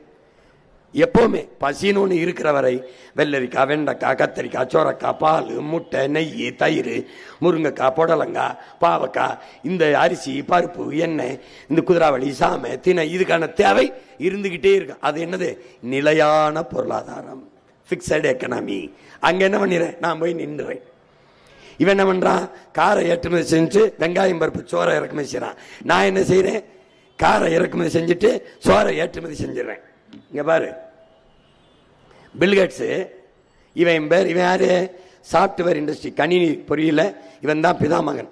சாப்ட்வேர் இண்டஸ்ட்ரியினுடைய கணினி துறையில இவன் தான் பெருங்கோடீஸ்வரன். 2,76,000 ஏக்கர்ல அமெரிக்கால விவசாயம் பார்க்கிறான். சிரிக்கிறியா? நீ தேடி பாரிஸ் பார்க்கிறான். இது அவன் நிலம்தான், அவன் நிலம்தான். அது 2,70,000 ஏக்கர்ல பார்க்கிறான். அவன்கிட்ட கேட்கிறாங்க, ஏன் பில்கேட்ஸ் நீங்க போய் விவசாயம் பார்க்குறீங்கன்னு? அங்கதான் நிலையான பொருளாதாரம் இருக்கு, அங்கதான் எல்லாருக்கும் வேலை கொடுக்க முடியுங்கிறான். எல்லாருக்கும் வேலை கொடுக்க முடியும், அதைத்தான் சொல்றேன். எல்லாருக்கும் வேலை தரேன்றேன். புரியுதா? புரியுதா? தரேன்றேன். அப்புறம் நான் சொல்லுவேன்ல, என்ன வேலை பார்க்கிற?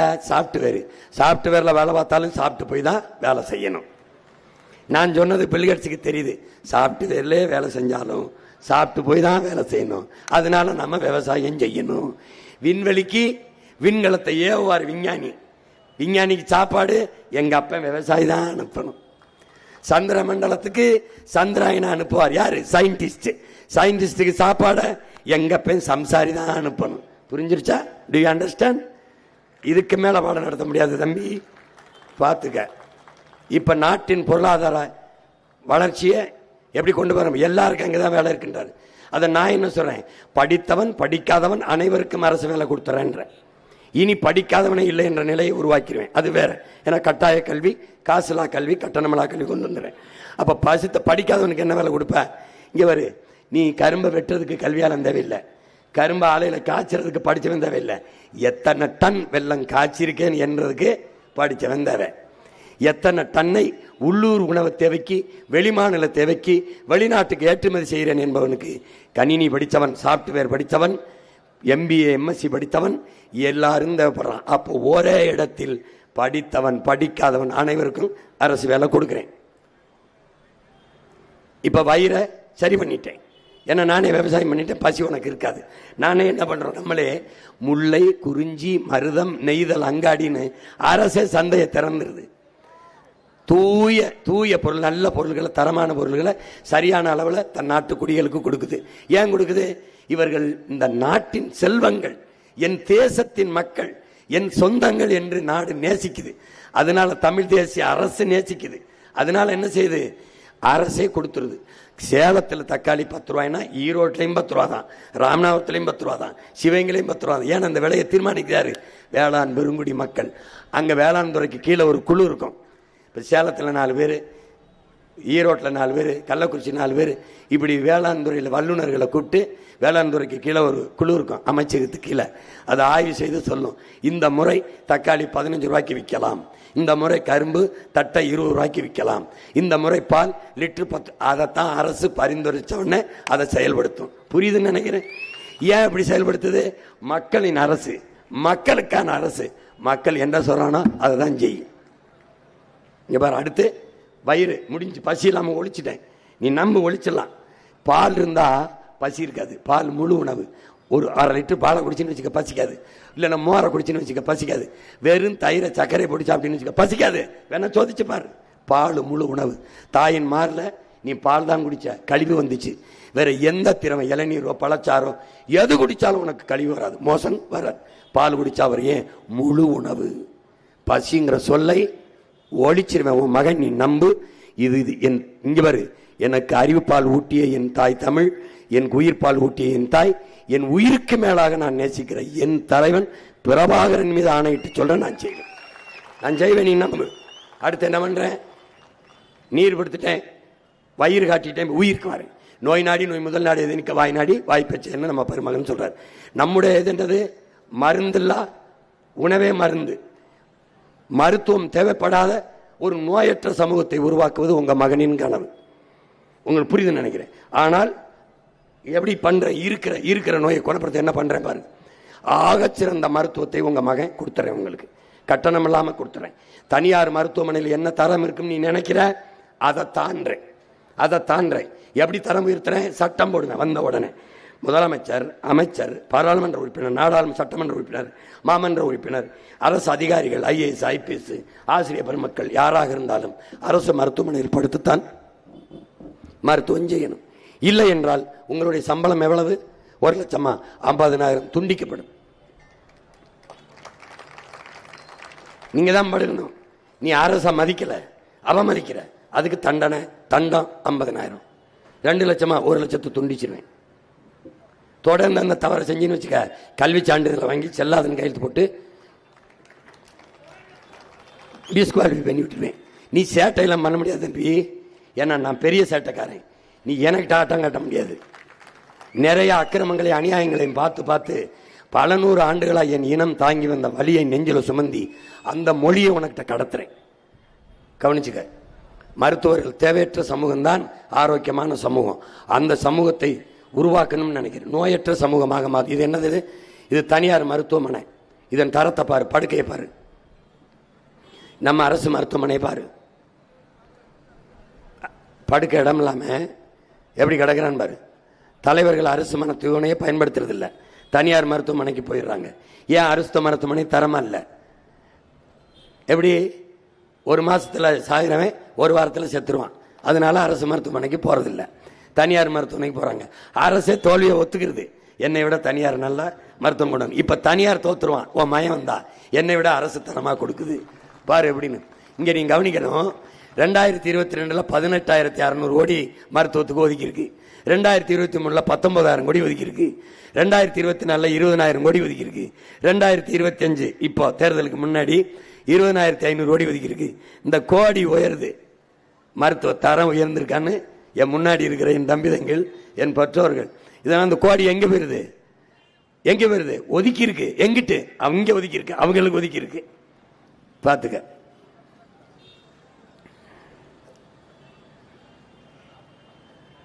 இதுதான் அரசு மருத்துவமனை. நான் நிறைய காட்டல, எப்படி இருக்குன்னு பாத்துக்க. பிணவரை மாதிரியும் கழிவறை மாதிரியும் இருக்கும். இதை மாத்துறேன், இதை அப்படியே மாத்துறேன். ஒரு கனவு மாதிரி உனக்கு மாத்தி படைக்கிறேன். இந்த ஒரு பழுதடைந்த சிஸ்டம், இந்த ஒரு கழிவறை, குப்பை, மருத்துவமனையே வளாகமே சுகாதாரமற்று இருக்கு பாரு. குரங்கு உள்ள போய் கடிச்சு விட்டுருச்சு, எலி கடிச்சு விட்டுருச்சு பிறந்த குழந்தைய. பார்த்திருப்ப. நீ நம்ப மாட்டாதனால போட்டு காட்டுறேன். குரங்கு உள்ள போய் எலி கடிக்குதியா பிறந்த குழந்தைய? அவ்வளவு. இது தனியார் மருத்துவமனை. தனியார் முதலாளிகளால் தரக்கூடிய ஒரு மருத்துவத்தை 8 கோடி மக்களால் உருவாக்கப்பட்ட அரசால் தர முடியாது என்றால் எவ்வளவு கேவலம் என்பதை வாக்கு செலுத்தி இந்த அதிகாரத்தை தேர்வு செய்கிற என் அன்பு சொந்தங்கள் ஒரு நொடி சிந்திங்க.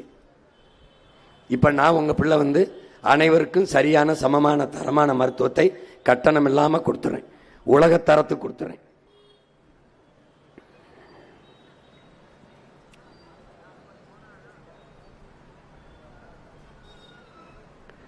தமிழ்நாட்டு அரசு பல்நோக்கு மருத்துவமனை.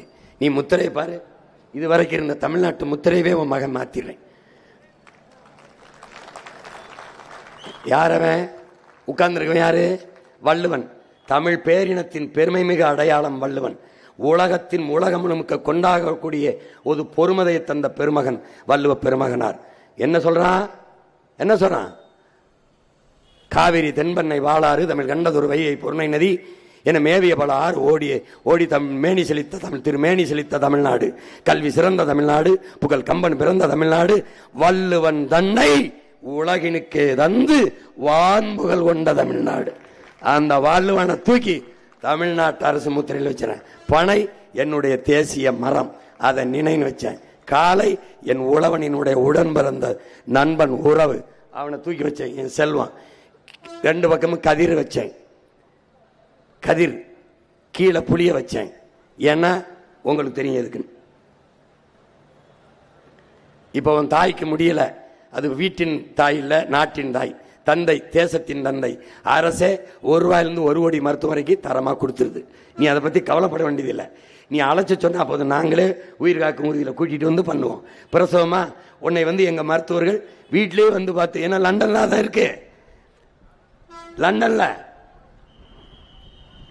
இங்க என்ன கவனிக்கணும்னா, மருந்தில் தரம் இருந்திருந்தால் மருத்துவமனைகளின் எண்ணிக்கை குறைஞ்சிருக்கும். மருத்துவத்தில் தரம் உயர்ந்திருந்தால் மருந்து கடைகளின் எண்ணிக்கை குறைஞ்சிருக்கும். ஆனால் ரெண்டும் கூடிக்கொண்டே போகுதுன்னா இந்த நாடு நோயுற்ற சமூகமாக, நோயாளிகள் நிறைந்த நாடாக பெருகிக்கொண்டே போகுது என்று அர்த்தம்.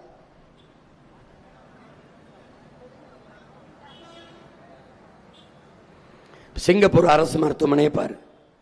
சிங்கப்பூர் அரசு மருத்துவமனை எப்படி கட்டமைச்சிருக்கான்னு பார்த்துக்க. இப்போ மலேசியாவை பாரு, ரொம்ப சின்ன நாடு தான், சேலம் அளவுக்கு தான் சிங்கப்பூர் இருக்கும். மலேசியாவும் அவ்வளோதான் இருக்கும். எப்படி தரம் கொடுத்துருக்கான் பாரு. ஏன்னா அவன் மக்களை நேசிக்கிற தலைவன். அமெரிக்கன் ஹாஸ்பிட்டல் பாரு, அமெரிக்காவில் தரக்கட்டு எல்லாம் ஆகப்பெரிய தரத்தை கொடுத்துருக்கான். இங்கிலாந்தில் இலவச மருத்துவம் எப்படி கொடுக்குறான் பாரு. அவன் படுக்கறைகளை பாரு, அவனுடைய கட்டட அமைப்பு, சீனாவுடைய மேம்பட்ட தொழில்நுட்பம். பூகம்பம் வந்தாலும் உடைந்து விழுகாத அளவுக்கு கட்டடங்களை கட்டியிருக்கான் சீனா. அவனுடைய மருத்துவமனை, அவனுடைய மருத்துவ படுக்கை அறைகளை பாரு, எப்படி வேலை செய்யறான் பாரு. அப்ப தமிழ்நாட்டு அரசு நம்ம மருத்துவமனை எப்படி வருது?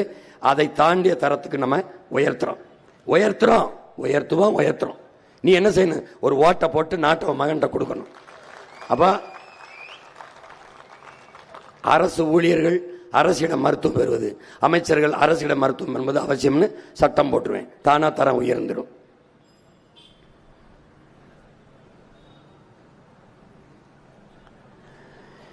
அந்த மீறினால் நான் சொல்றேன் பாரு, உன்னுடைய வருமானத்தை துண்டிச்சிருவேன். அரசு தானே சம்பளம் கொடுக்கணும். நோன்றும். ஏன் சார் நீ கொழுப்படுத்து போய் அங்கே போய் படுத்திலப்பா, அதுக்கு தான் உனக்கு நிறைய காசு இருக்கு, அதனால நீ தனியார்ட்ட போய் மருத்துவம் பார்க்குற, அதனால எனக்கு அது அரசாங்கத்துக்கு கொஞ்சம் காசு இல்லை, அதில் கொஞ்சம் எடுத்துக்கிறேன். அப்போ மருத்துவம் ஒரு மகத்தான சேவை, அது என் மக்களுக்கு தேவை என்று ஆகச்சிறந்த மருத்துவத்தை என் நாட்டு குடிகளுக்கு கொடுத்துறோம், மிகத்தரமாக கொடுத்துறோம். இப்போ புரிஞ்சிருச்சு. இப்போ இன்னும் என்ன சொல்லணும்? நான் உயிர் வரை கொடுத்துட்டேன், இனி அறிவு கல்வி எப்படி கொடுப்பேன்னு சொல்லணும், அப்புறம் வேலை எப்படி கொடுப்பேன்னு சொல்லணும், வளர்ச்சி எப்படி கொண்டு வருவேன்னு சொல்லணும். அது இங்கே சொல்ல முடியாது, நேரம் இல்லை. ஏன்னா இவ்வளோ நேரம் நான் இன்னொரு ஊருக்கு போகணும், மீதியை வேற ஊரில் இதே மாதிரி போட்டு காட்டுறேன். நீ வலையொலியில் லேட்டஸ்ட் சீமான் ஸ்பீச்சுன்னு போர்டு வரும், அதை பார்த்துட்டு என்ன பண்ணும்? லைக் போடாத, அண்ணனுக்கு ஓட்ட போடு. புரியுதா? இது நான் யாரை நம்பி செய்கிறேன்? உங்களை நம்பிதான். இதை பார்த்துட்டு நீங்க அப்படியே போகாம, நீங்க படம் பார்த்தா எப்படி கதை சொல்லுவீங்க? என்ன மாதிரி கதைடா, எப்படி தெரியுமா பாட்டு, அது மாதிரி என்ன சொல்லணும்? சீமான்னு ஒருத்தர் வந்திருக்கான், அவன் சொல்றான், அந்த மாதிரி சொல்றான், அவன் இப்படி சொல்றான்ப்பான்னு சொல்லி அவனுக்கு ஒரு தடவை தான் ஓட்டு போடுவோமாப்பா, ஒரு தடவை ஓட்டு போடுமே. கருணாநிதி ஆட்சியில் வாழ்ந்துட்டோம், ஜெயலலிதா ஆட்சியில் வாழ்ந்துட்டோம், ஐயா ஸ்டாலின் ஆட்சியில் வாழ்ந்துட்டோம், ஐயா எடப்பாடி ஆட்சியில் வாழ்ந்துட்டோம். இந்த பயலுக்கு தான் ஒரு தடவை கொடுத்து அவன் ஆட்சியில் தான் வாழ்ந்து பார்ப்போமே, என்னதான் நடக்குது? இவங்களோட வாட கேவலமா ஆட்சி நடத்தின போறான், ஒரு நம்பிக்கை தானே. போட்டு ஒரு தடவை போட்டு தான் பாரு, நீ போட்டுத்தான் பாரு. உலகத்தின் தலை சிறந்த நாடாக மாத்தி படைப்பேன். கோடி கனவு கொண்டோம், அதை கூடி நிறைவேற்ற ஓடி வாருங்களின் அன்பு சொந்தங்களே. ஒரே ஒரு வாக்கை, உங்கள் வாக்கை, மதிப்புமிக்க வாக்கை எங்களுக்கு தாருங்கள் என்றுதான் உங்கள் அன்பு பிள்ளைகள் கையேந்தி நிற்கிறோம். நாங்கள் கையேந்தி நிற்பது வாக்குக்காக மட்டுமல்ல, வருங்கால தலைமுறை பிள்ளைகளின் வாழ்க்கைக்காக என்பதை நீங்கள் புரிந்து கொண்டு, இந்த தேர்தல் களத்திலே இதை தேர்தல் களம் என்று உங்கள் பிள்ளைகள் பார்க்கலை, புரட்சிகர அரசியல் மாறுதலுக்கான போர்க்களமாக பார்க்கிறோம். எங்களுக்கு துணை நிற்க வேண்டியது என் அன்பு மக்களே, மாற்றத்தை விரும்புகிற, நல்ல அரசியலை விரும்புகிற, நல்ல ஆட்சியை விரும்புகிற என் அன்பு சொந்தங்கள் எல்லோரும் செய்ய வேண்டிய ஒரு வரலாற்று கடமை, கால பொறுப்பு என்பதை உணர்ந்து நீங்கள் உங்கள் மதிப்புமிக்க வாக்கை உங்கள் பிள்ளைகள் எங்களுக்கு தந்து வெற்றி பெற செய்யுங்கள். இந்த களத்திலே, இந்த தேர்தல் களத்திலே, சேலம் நிலத்திலே, ஆத்தூரிலே சட்டமன்ற தொகுதியிலே போட்டியிடுகிற என் அன்பு மகள் மோனிசா சின்னத்துரை அவர்களுக்கு, பொறியாளர் அவர்களுக்கு விவசாய சின்னத்திலே வாக்கு செலுத்தி வெற்றி பெற செய்யுங்கள்.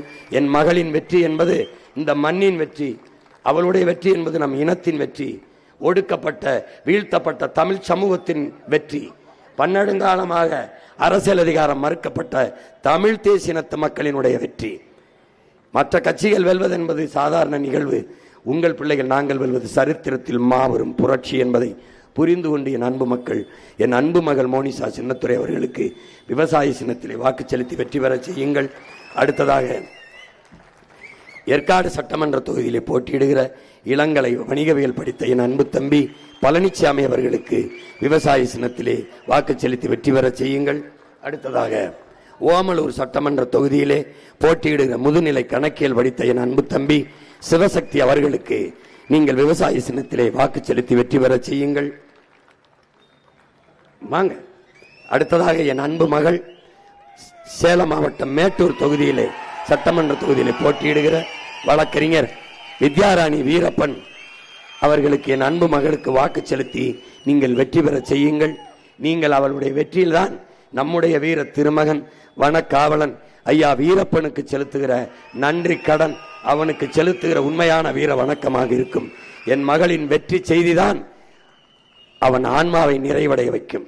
அவன் என்ன கனவை, தமிழ் தேசிய கனவை, தன்மானமிக்க தமிழர் உரிமை பெற்ற விடுதலை பெற்ற ஒரு தேசமாக என் நாடு இருக்க வேண்டும் என்று அவன் நினைத்த கனவை அவன் பிள்ளைகள் நாங்கள் நிறைவேற்றினோம் என்ற பெருமையை அவருக்கு நீங்கள் தர வேண்டும் என்றால் உங்கள் வாக்குகளை என் அன்பு மகள் வித்யாராணி வீரப்பனுக்கு செலுத்தி வெற்றி பெற செய்யுங்கள்.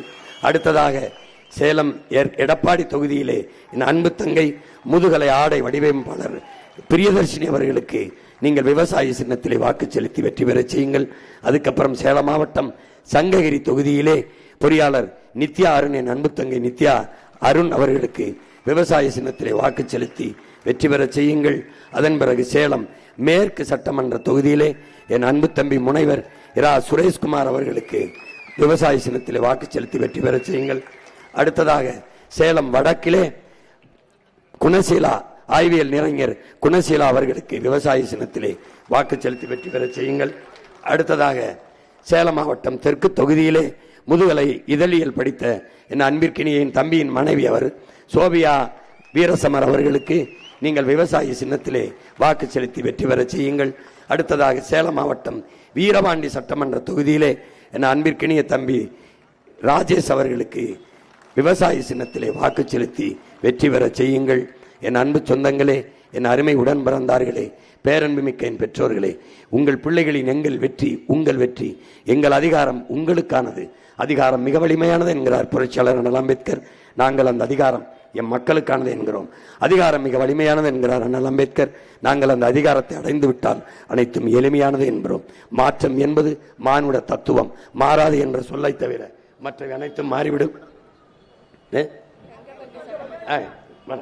கங்கவள்ளி சட்டமன்ற தொகுதியிலே என் அன்பு தங்கை அபிராமி நெடுஞ்சேரலாதன் அவர்களை, அலையியல் வல்லுநர் பட்டயம் பெற்ற என் அன்பு தங்கை அபிராமி நெடுஞ்சேரலாதன் அவர்களுக்கு விவசாய சின்னத்திலே வாக்கு செலுத்தி வெற்றி பெற செய்யுங்கள். இது இவர்கள் வேட்பாளர்கள் என்று கருதி விடாதீர்கள். தேசிய விடுதலையின் புரட்சிகர அரசியல் படையிலே முன்கள போராளிகள் என்பதை நினைவில் வைத்துக் கொண்டு வெற்றி பெற செய்யுங்கள். புரட்சி எப்போதும் வெல்லும். உங்கள் பிள்ளைகள் எங்களின் வெற்றி அதை சொல்லும். எங்கள் இலக்கு ஒன்றுதான், இனத்தின் விடுதலை. இனம் ஒன்றாவோம், இலக்கை வென்றாவோம். தமிழ் தாய் வாழ்க, தலைவர் பிரபாகரன் வாழ்க, நாம் தமிழர்.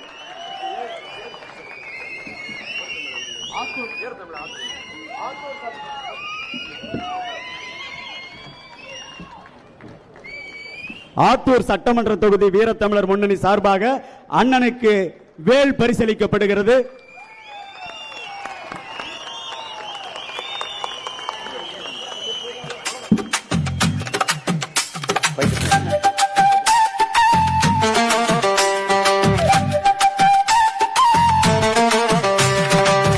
வீசுது